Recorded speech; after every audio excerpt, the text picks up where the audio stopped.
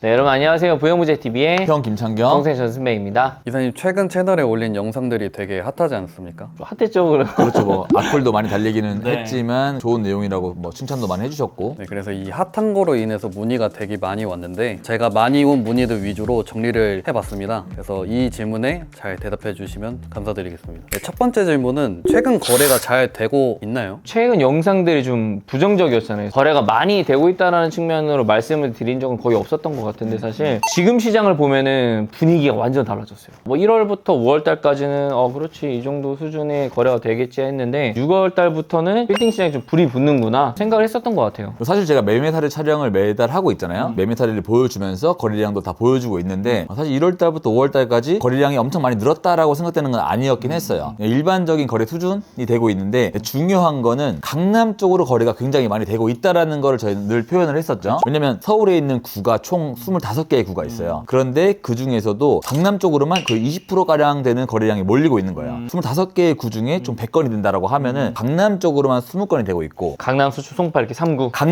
강남구로만 거의 20건이 되고 있고 강남, 서초, 송파로 한다라고 하면 30~40%는 거의 서울권에서 거래가 되고 있지 않나라고 또 보고 있는데 게다가 더 중요한 건 거래 금액이거든요. 만약에 거래 금액이 서울시 총 1조가 된다라고 하면 그중에 4천억이 강남구에 투입이 돼요. 그럼 뭐 거의 강남에만 들어간다고 보면 되겠네요. 그렇죠. 거의 모든 돈이 강남구로 투입이 되고 있는 거죠. 그래서 서울 전체로 봤을 때 거래량이 많이 늘었다라고 생각되는 건 아니지만 강남구는 거의 매달 20건 이상의 거래가 찍히고 있다라고 생각되기 때문에 빌딩의 중심은 강남이잖아요. 그래서 저는 지금 강남의 거래가 좀 활성화가 되고 있다라고 느끼고 있는 시각이긴 합니다.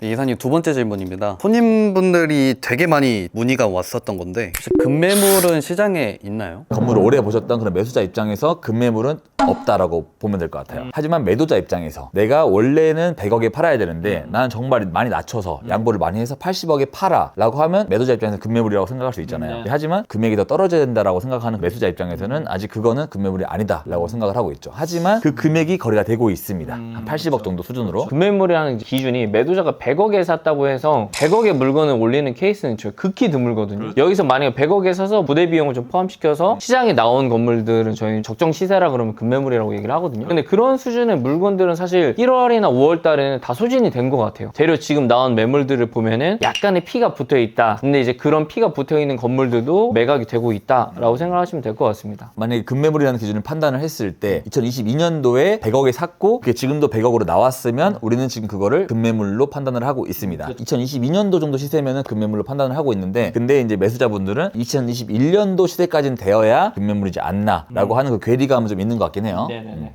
세 번째 질문입니다. 거래되는 금액은 어떤 금액대가 많이 거래가 되나요? 10억부터 50억까지 꼬마 빌딩 기준으로 잡잖아요. 요즘에 좀 더 넓은 범주라서 70억까지 이제 꼬마 빌딩으로 보긴 하는데 이 구간은 뭐 제일 많이 거래가 된다라고 좀 생각을 하고 있거든요. 저희 형제들이 좀 많이 거래를 하는 구간은 한 현금 30억에서 50억대가 많으신 것 같아요. 현금 30억에서 50억을 가지고 강남에 있는 건물에 한 90억부터 한 150억 정도를 좀 보시는 것 같은데 그 구간이 가장 많이 계약을 하지 않을까. 가장 더 수요가 많다라고 생각되는 부분은 저희는 한 현금 30억 위아래가 가장 수요가 많다고 생각을 하고 있고 하지만 지금 현재 시장에서 뭐 큰 금액이 거래가 안 된다 뭐 그런 것도 좀 말이 안 되는 게 우리 회사가 저번 주에 500억짜리 하나 있고 300억짜리 하나 있고 200억짜리 있고 한 30억짜리 하나 있고 70억짜리 있고 다양하게 있잖아요. 저희가 이제 매물 자체가 거의 한 1000억대까지는 취급을 하다 보니까 넓은 범주에서도 좀 많이 거래가 되고 있다. 강남 쪽은 진짜 뭐 어느 특정한 금액대만 되고 있는 게 아니라 다 웬만한 자본 있는 분들은 투자를 하려고 하신다라고 좀 보셔도 될 것 같아요. 이게 중요한 포인트인 것 같아요. 강남이라는 지역에 매입할 수 있는 50억대부터 600억, 700억까지 지금 계약은 꾸준히 되고 있다라고 생각하시면 될 것 같습니다. 하지만 강남 외지역, 강북이라든지 이런 쪽으로 갔을 때는 200억 넘는 금액은 좀 거래가 되는 거를 보기 쉽진 않죠. 종로, 중구, 여의도, 영등포 이쪽 아닌 이상은 웬만하면 큰 금액대는 거래가 되고 있지는 않는 것 같고요. 네, 맞습니다.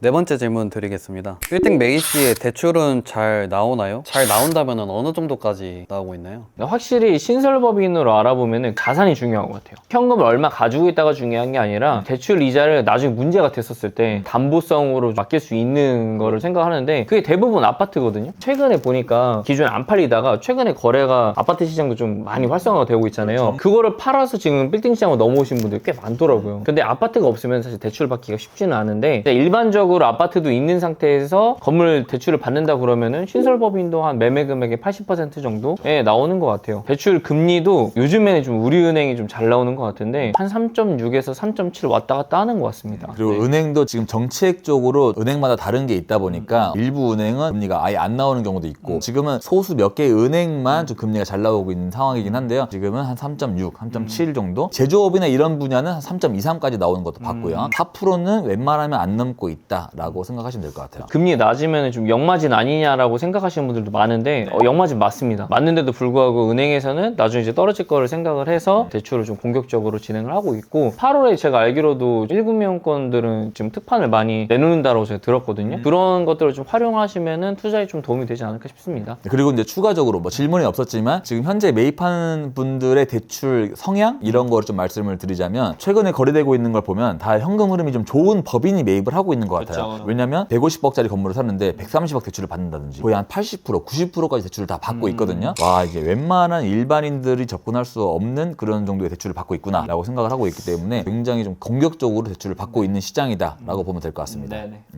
다음 질문 드리겠습니다. 아까 그 강남에 거래가 되게 많이 된다고 말씀을 하셨었는데 통임대 건물은 좀 위험하지 않나요? 저번 주에 올렸던 영상도 신축해가지고 통임대가 안 된 상태에서 공실로 계약이 된 건물들 사례를 많이 촬영했는데 확실히 지금도 강남 건물을 찾아보면은 거의 90%는 통임대가 진행 중인 건물들입니다. 근데 확실히 예전보다는 낫다고 생각되는 게 뭐냐면은 임대 시세가 적정 시세로 돌아왔다고 좀 생각이 들어요. 꿈을 품을 수 있는 그런 시세가 아닌 일반적인 시세가 돌아왔다라고 생각을 하는데 중요한 게 좀 있다라고 보면은 임대 시세를 웬만하면 막 브리핑을 하거나 예상임대 수익을 뭐 짜주는 그런 사람들 있잖아요. 그게 15만 원이 넘으면 좀 위험하다라고 저는 보고 있습니다. 15만 원이 넘으면은 1년 공시도 갈 수 있다라고 보고 있고 굳이 기준을 좀 따지자면 신축 건물은 한 13, 14만 원, 리모델링 한 건물은 한 11만, 12만 원 정도가 적정하지 않나. 그 정도로 계산을 한다면 크게 리스크는 그래도 없지 않을까라고 좀 생각을 하고 있어요. 그리고 지금 현재 임대가 맞춰져 있는데 평당 임대료를 한 18만 원 받고 있다, 막 20만 원 받고 있다. 그래서 수익률이 한 4% 나오고 있는 건물이다라고 봤을 때 저는 그런 건물은 좀 위험하다라고 생각을 하고 있어요. 물론 지금 한 18만 원, 20만 원 받고 있는데 얘가 13만 원, 14만 원일 때 수익률이 얼마일까를 계산을 하고 들어가야지 지금 얼마가 나오니까 수익률이 좋네라고만 결정하시기에는 좀 위험한 부분이 많다라고 생각을 하는 거죠. 반대로 이사님, 강남에 현재 임대 수준이 한 3%대로 맞춰져 있는 건물들은 거의 다 소진이 됐다라고 보시면 될 것 같아요. 수익이 적정 시세로 맞춰져 있는 건물들은 평당 금액도 좀 적정하고 이러면 거의 다 매각이 됐다라고 생각하시면 될 것 같습니다.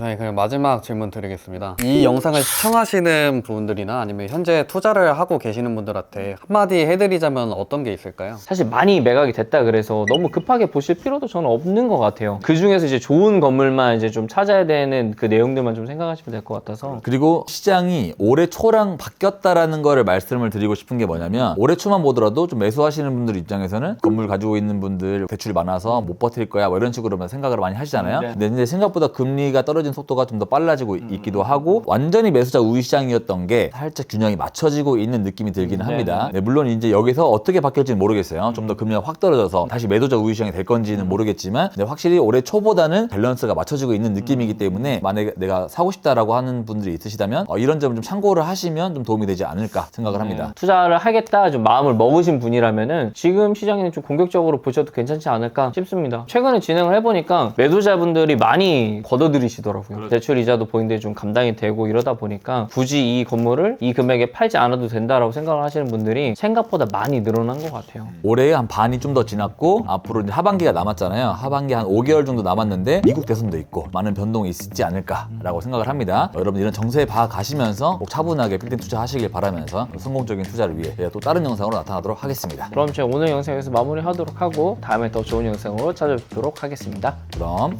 안녕.